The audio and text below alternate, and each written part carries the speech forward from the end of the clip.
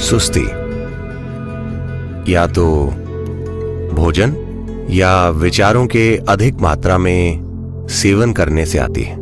शायद आप ये सोचें कि विचारों के अधिक सेवन से आलस कैसे आएगा। हालांकि हर कोई ये तो समझ सकता है कि भोजन के अधिक सेवन से जरूर सुस्ती आती है। अगर विचार आपको खा रहे हैं तो आप देखेंगे कि आप बिस्तर से बाहर ही नहीं आना चाहेंगे। मैं विचार प्रक्रिया की बात नहीं कर रहा, मैं विचारों के ज्यादा सेवन की बात कर रहा हूं, जिसका मतलब है विचार लगातार बह रहे हैं बिना आपके प्रयास के, बिना आपके ध्यान के, बिना आपके इरादे के।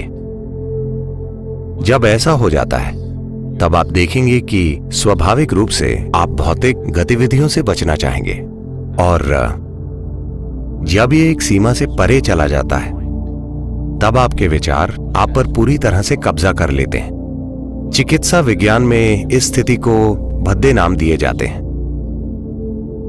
यह महत्वपूर्ण है कि भोजन में और अंतहीन विचारों की गति में एक तरह का संयम होना चाहिए।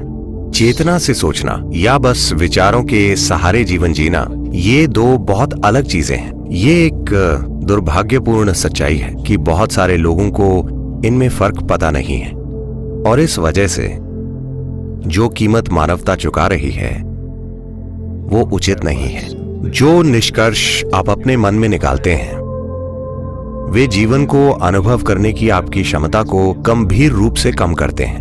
जितने ठोस आपके निष्कर्ष होंगे उतना ही ज्यादा आप उनके आधार पर अपनी पहचान बनाएंगे, और उतनी ही ज्यादा आपको अपनी मानसिक सच्चाई, अस्तित्व की सच्चाई लगने लगेगी।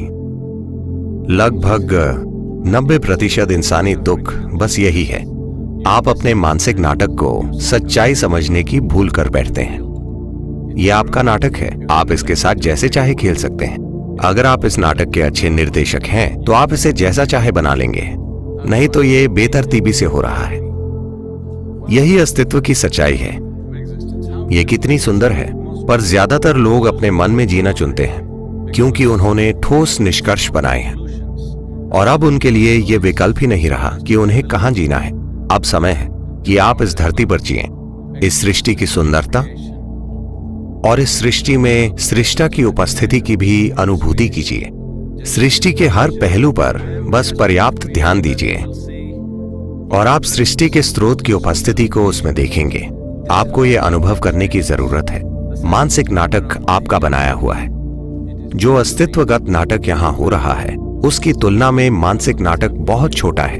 अब समय है कि आप इसका आनंद लें। ये मेरी इच्छा और मेरा आशीर्वाद है कि आप अपने ही मन की कैद से बाहर निकलें और सृष्टि की सुंदरता को जानें।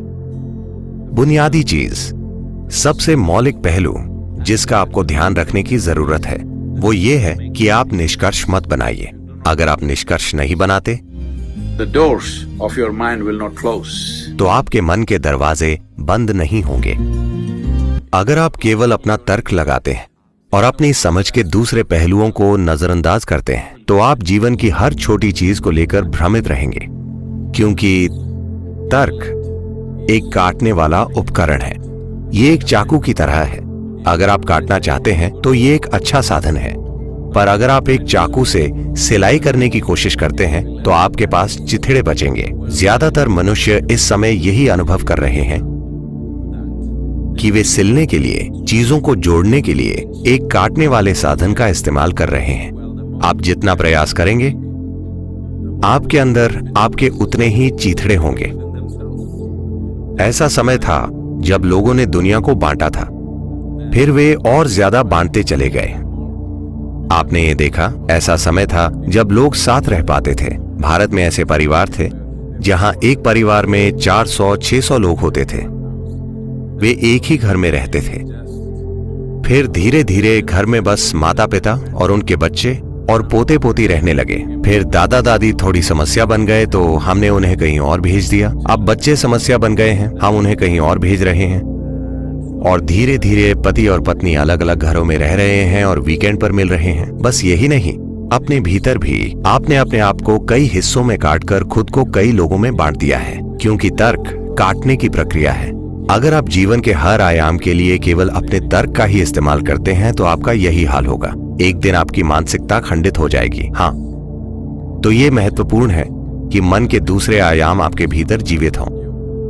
बुद्धि के उन आयामों के जीवित हुए बिना आपका दिल नहीं धड़केगा, आपका लिवर काम नहीं करेगा, आपकी किडनी काम नहीं करेगी, ये सब कुछ नहीं होगा।